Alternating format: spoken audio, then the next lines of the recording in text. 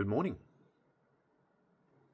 Hey everyone, it's Nick from Debean Equal Justice, a sub-brand of Debean Tech Solutions. Yep, under my name, I've created another business.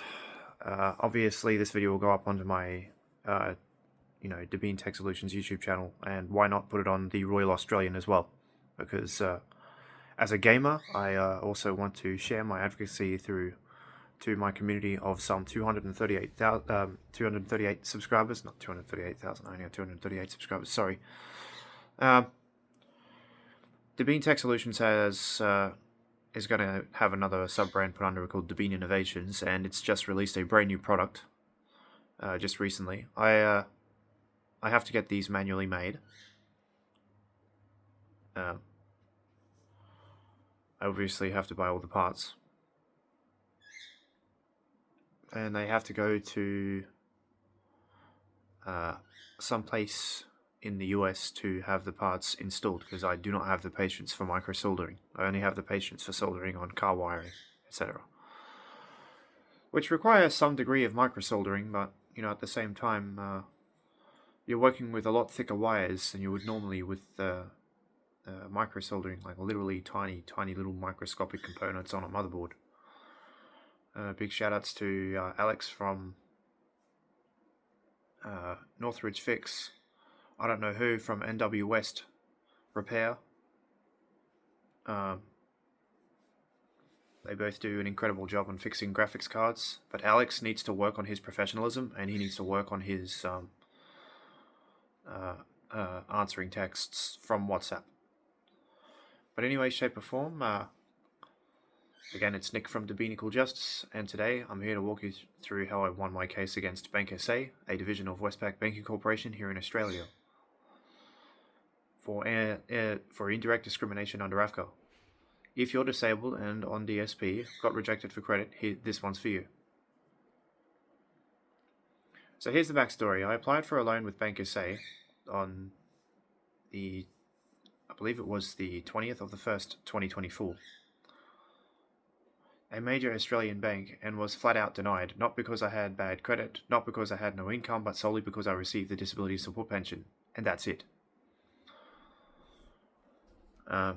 You're probably asking, what is a business doing receiving a disability support pension? Well, that's because it's my primary income at the moment until people start buying stuff from, my store.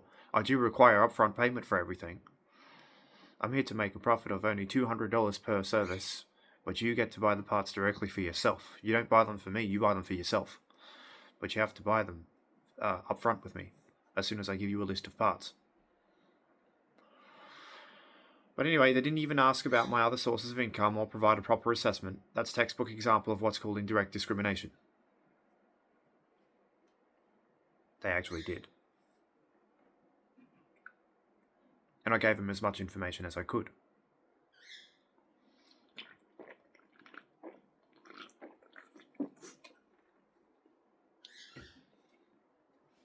Stand by while I correct that. Okay, take two on the backstory. I applied for a loan with BankSA, and yes, they did ask if I had any other income sources besides the disability support pension. I told them I didn't, and I explained exactly why. But instead of assessing me fairly, they fell back on a blanket internal policy that treats DSP recipients like myself as automatically ineligible. They made no effort to consider reasonable adjustments or assess my capacity on a case-by-case basis. I submitted a formal complaint to their complaints IDR resolution service first. So basically I submitted a complaint with the bank first, in which I disclosed I had no additional income. I had, given them everything I could give them, but they still said no.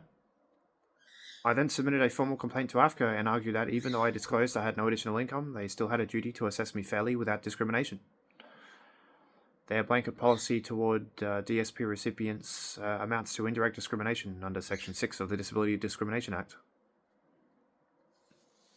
And yes, ladies and gentlemen, that is the Disability Discrimination Act, a very powerful Australian law. They also breached Section 54A because they had failed to offer any kind of reasonable adjustment, such as looking at concessions, spending patterns, or alternative forms of affordability. This keeps my...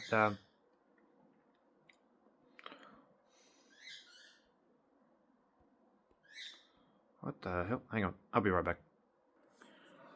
There was also a violation of AFCA Rule Alpha.14.2b, Procedural Fairness. There are also violations of RG 267, that's ASIC Regulatory Guide 267, and Regulatory Guide 271, and the Banking Code of Practice. But that wasn't all. I backed my case with legal precedent, with cases such as Harding versus State of New South Wales, Sklavos versus Australasian College of Dermatologists, G versus Bank of Queensland was not included in this case, but I would have backed it up in that way. Kojic versus Bank of Queensland, which I used. And most importantly, I framed it as a systematic failure, not just a policy issue. AFCA took my case. Insert case number here. I'm not going to repeat it. It's publicly available if you want to go check it out. I'll leave the details in the description if you guys would like. I need feedback. Otherwise, I'm not going to send you my details at all. They issued a formal determination against BankSA and found the conduct unlawful, and confirmed that my complaint met the jurisdiction under financial hardship and discrimination clauses. I've now documented proof of this determination, and guess what? It's now precedent for future cases I have, or I file. And I've got an additional 15 other complaints. So ladies and gentlemen, I'm on a roll already. If you've been rejected by a lender just because you're on a DSP or a disability, or have a disability in general, you have rights. You can win, just like I did, and I'm here to help. Through to Being Equal Justice, I'm offering a free consultations to first-time complainants who believe they face discrimination. Let's hit back. Hard. But anyway, thanks for watching. Like, comment, and subscribe for more legal takedowns and real-world justice. If you want to help fighting back, hit the links below. Never underestimate the dark side of the law, as they say. A reference to never underestimate the dark side of the force.